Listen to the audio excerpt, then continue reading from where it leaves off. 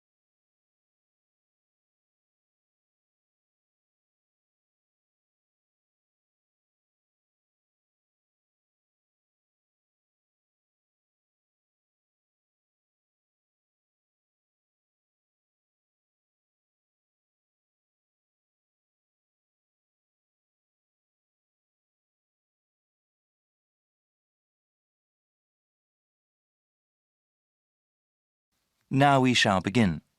You should answer the questions as you listen, because you will not hear the recording a second time. Listen carefully and answer questions 1 to 4. Hey Bruce, looks like we got some planning to do for Albert's going-away party, right? There are certainly some things we have to talk about now. Yeah, that's better than doing everything at the last minute. Okay, so I can write some notes as we talk. Sure thing. So, when should we have the party? He goes to Thailand on the 26th of August. Okay, let's have it on the 24th then. Yes, let me see. That's a Friday. That'd be perfect. Now, where should we have it? At a bar or a club? You know, I think he would like something really intimate, nothing too loud.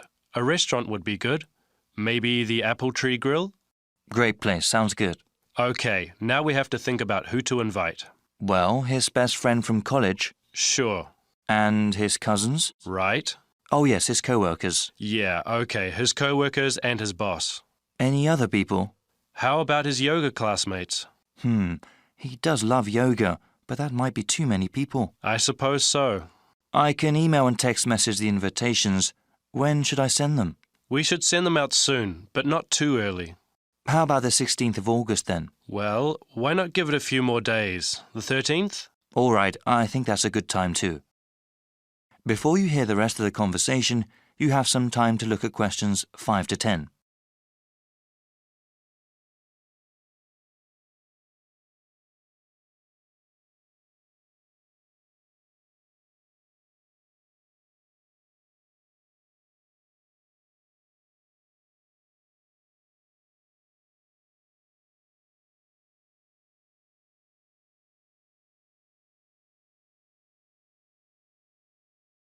Now listen and answer questions 5 to 10.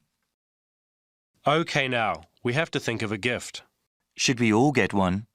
No, I was thinking we could all give money for the party and the gift. You know, something really nice. Yeah, that'd be better than getting him little things individually. I can ask for the money. Thanks for doing that. How much should we ask for? I think we should ask for maybe $15 each. Is that too much? No, not at all. He's going away for 2 years. That would give us about $150. That's a good amount. Yeah, well, I'm thinking we could get him something practical. Yes, especially since he's going abroad. Something he could use, something that's also portable. We could get him an article of clothing, perhaps, or maybe even a pair of shoes. Shoes are nice, but they might wear out easily, especially where he's going. Maybe a book light? A what? Yeah, he loves to read, and a book light would be very convenient when he travels. Okay, that's one good gift idea. Did you write that down? Yep. Now, we need to think about reservations at the restaurant. Well, we should get their big banquet room, yeah? Yes, definitely. Should we ask the restaurant to prepare a buffet? Isn't that expensive? No, I don't think it is. A buffet dinner sounds cheaper than everyone ordering individual meals. Definitely. How about drinks? They can buy drinks themselves, or bring their own. Okay. Yeah, it would cost too much if we bought drinks ourselves. Certainly. We have to ask someone to bring an MP3 player. The restaurant has speakers and we can hook it up for music. Sounds good. Actually, there is one more thing that I thought we should do since Albert is leaving for such a long time. What were you thinking of? Maybe we could have a slideshow of all the fun times we've had. That'll take a little bit of work, but I think it's a great idea. Actually, in the invitation, can you ask for some photos people have of him? Yeah, definitely. I can scan them, or people can send me digital photos they have. All right, I'll tell them when I send out the invitations. Then I can make a little presentation. I can't wait to see his reaction. Yeah, especially that one picture where... That is the end of part 1. You now have half a minute to check your answers.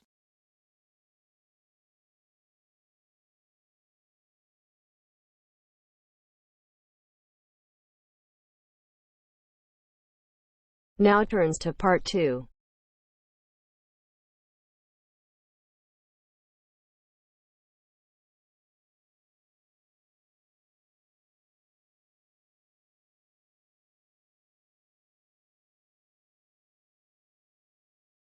You are going to hear a guide named Matt who is introducing their trip in Wildlife Haven. Now you have some time to look at questions 11 to 15.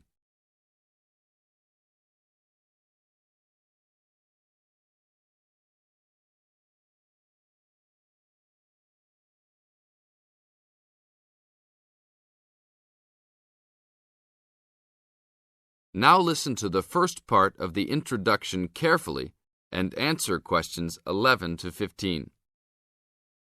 Well, good morning, everybody. My name's Matt, and I'm one of the 3 guides here at Wildlife Haven. Our job is to make sure that you all have a great time here with us and go home feeling happy and relaxed. As you can see, we're away from the city in a remote area between a national park and the sea. To encourage you to relax, there are no radios or TVs, and the only phones and newspapers are in the office. So, if peace and quiet is what you've come for, this is the place to be. From your cabin on the hill, you'll find you have the national park behind you, and you can look out from the sea from your front balcony. Your luggage will be unloaded from the bus and taken to your rooms in a few minutes. Once you have picked up your key at reception, please locate your room and check that all your luggage has arrived. The daily program here at Wildlife Haven is flexible and only as demanding as you want it to be. You should each have a brochure setting out the facilities and various walking tracks you can take. And on the bus, you are given a green sheet setting out a number of group tours in the coming week. If you want to join any tour, just write your name and room number on the relevant sheet along the wall here. Tomorrow, there is a beachcombers and rock hoppers tour exploring marine life in the rock pools along the beach. Or, if you'd prefer to go inland, there's a guided forest walk that takes you off the walking tracks. If you want to catch some lunch, you could join the beach fishing expedition. And at night, you'll see there is a moonlight forest walk that leaves each night at 7 p.m. So there is plenty to choose from at Wildlife Haven, and of course, that includes just sitting on your balcony watching the waves roll in. But I would recommend my favorite tour, the Waterfall Walk. This departs at sundown each day and also provides the opportunity to have a moonlight swim. Now you have some time to look at questions 16 to 20.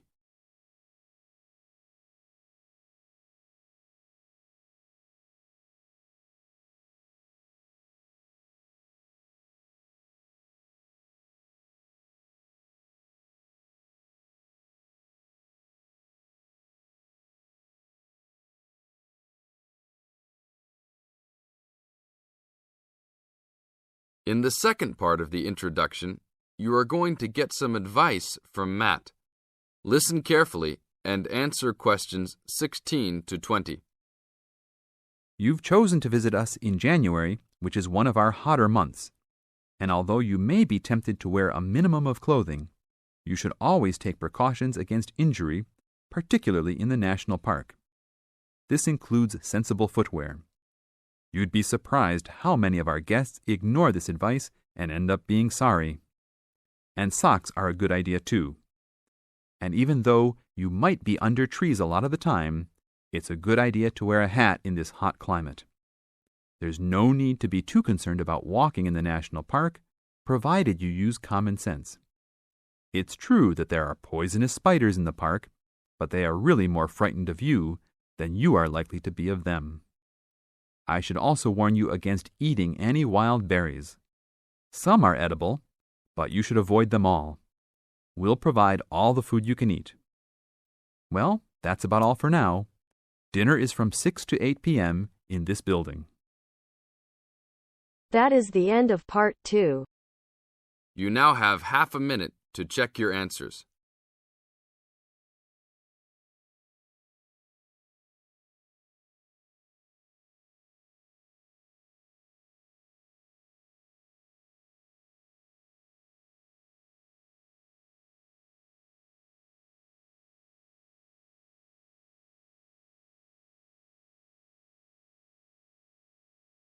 Now turns to part 3.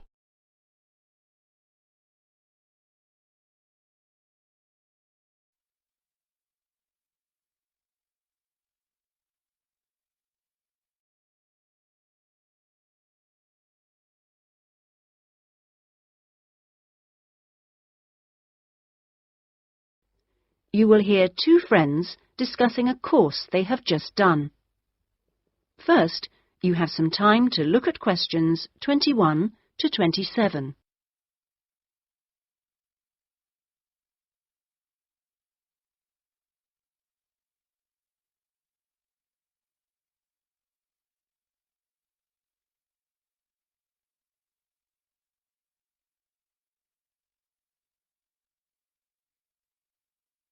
Now listen carefully and answer questions 21 to 27. Oh, Ben, I just remembered I never filled in that form for Nick. Ah, Did you do it? the course feedback form. Yes. If you want, we can do it together. I've got mine here. Is that okay? Yeah. Okay, let's have a look then. What do we have to do? Let's fill in the top first. Let's see. Course code. It's communication in business. Okay. Communication in business. I do know that, but what's the code? CB16 something. CB162, isn't it? That's it. Okay. And dates. When did we start? I remember my birthday's on May 4th, and it was the day after. It must have been May 5th. Gosh, doesn't seem that long ago, does it? No. And we finish at the end of this week on Friday, so that's July 15th. 16th.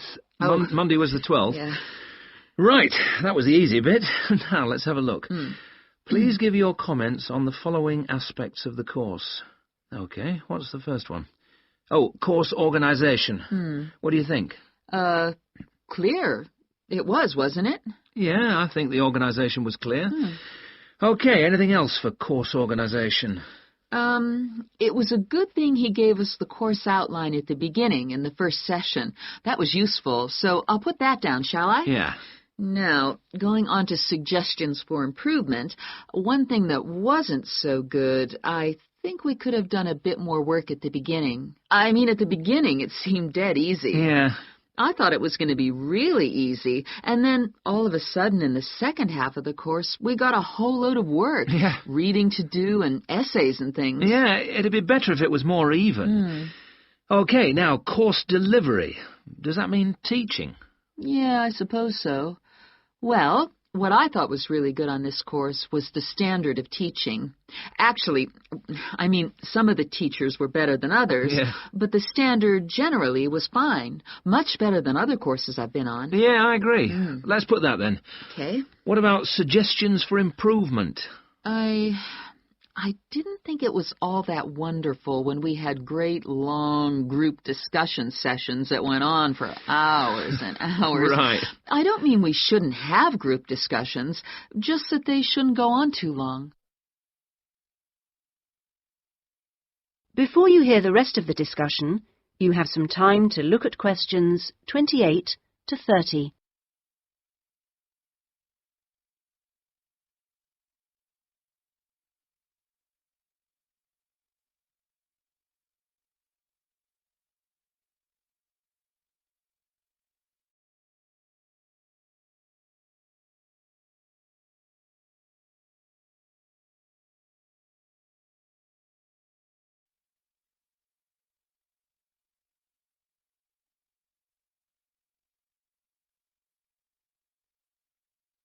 Now listen and answer questions 28 to 30.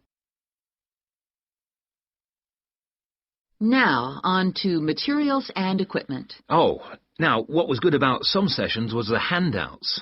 Yes, I thought all the handouts were good, actually, and some were great, with website addresses and everything. One problem, though, with materials was the key texts. Yes, there just weren't enough copies on reserve in the library. And if you can't get the key texts before the session, how are you supposed to do the reading? Yeah. And not enough computers. You have to wait ages to get one. Okay, testing and evaluation. Well, I don't know. It's hard to say until we've got our written assignments back. Oh, don't talk about it. I only got mine in yesterday. It was a real struggle. Oh, I hate to think what mark I'll get. Yeah, but at least we've done the oral presentation. I thought that was good, the way I got my feedback really quickly. Yes, it was. And I liked the way we knew what would be evaluated on. We knew the criteria, so we knew we had to think about clarity, organization, and so on. Yeah, but I'm not so sure about the written work. One thing, I think, is that there's just too much. It's really stressful. Oh, yes, I'd agree. And I don't see why they can't let us know the criteria they use for marking. The written assignments, but he told us. No, for the final exams. Oh. What are they looking for? What are the criteria? What makes a pass or a fail? Yeah, I never thought of that. It'd be really useful. Okay, any other comments? I thought student support was excellent. Yeah, me too. Okay, excellent. Other comments? No, I can't think of anything else. Nor me. Okay. So that's done. Thanks, Ben. No, thank you. That is the end of part 3. You now have half a minute to check your answers.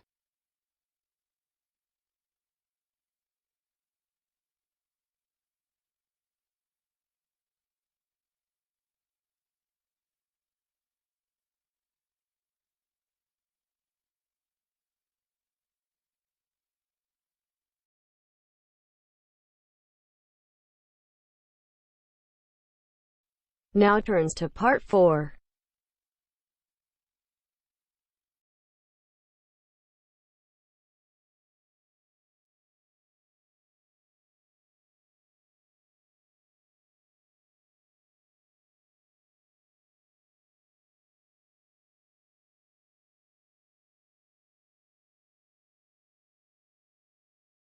You are going to hear a lecturer giving a talk on a psychological condition called synesthesia.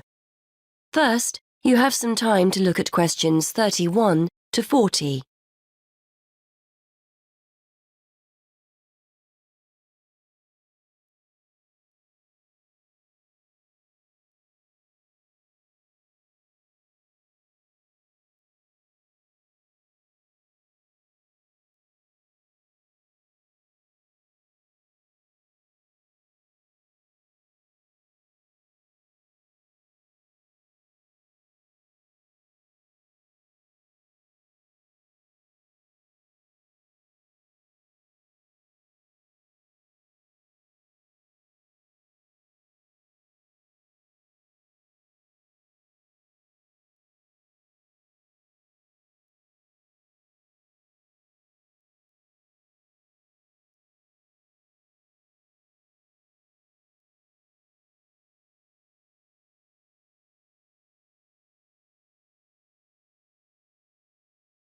Now listen and answer questions 31 to 40. Today we're going to look at a fascinating condition that challenges the idea that we all see and experience the world around us in a similar way. For example, what do you see when I mention a day of the week or a month? What colour is the letter A or the number 10?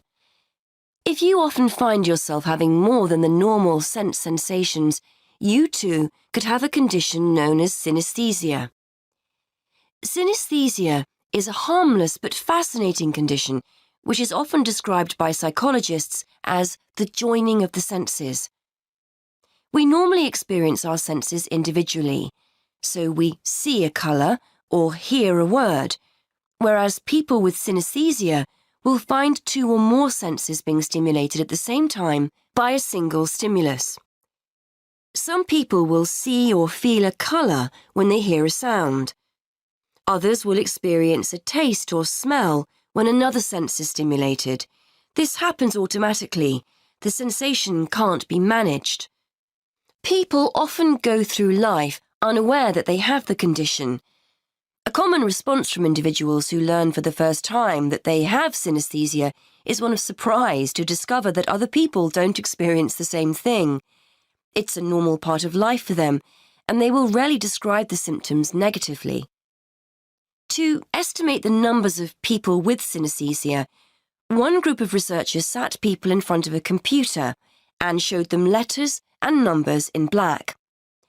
Participants were asked to choose a colour for each character they saw.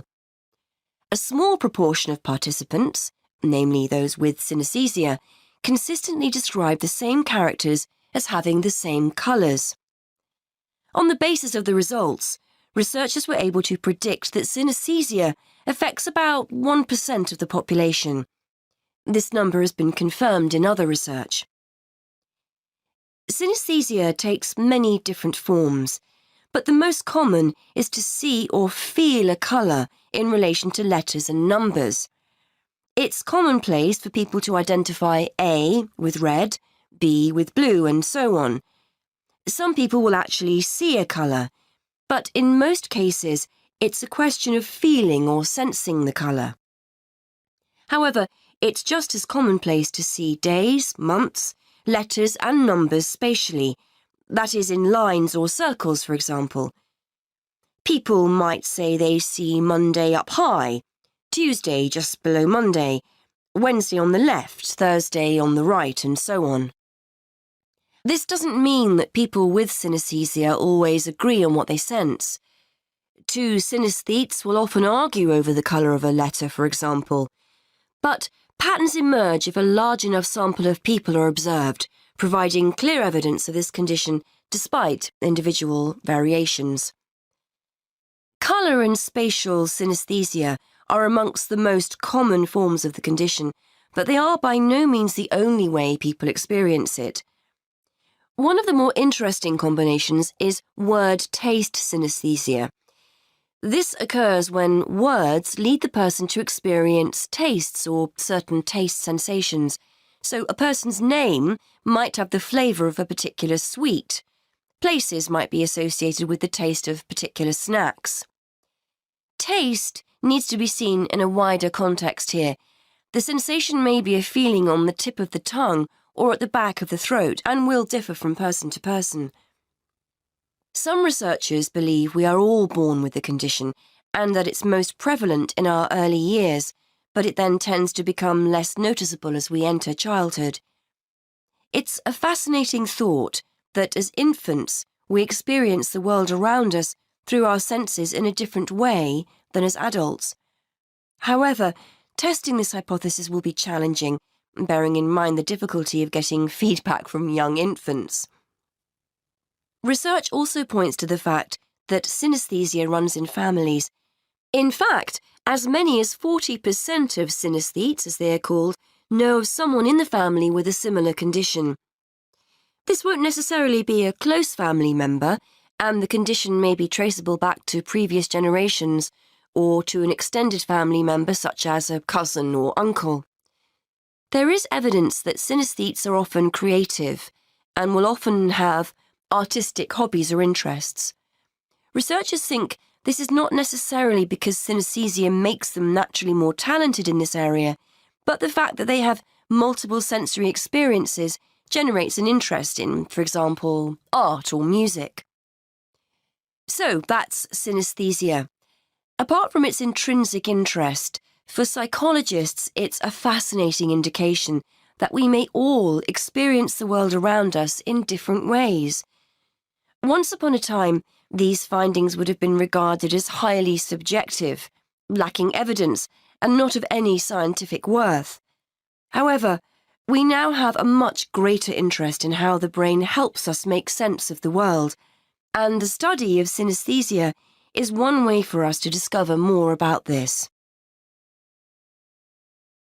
That is the end of part 4. You now have half a minute to check your answers.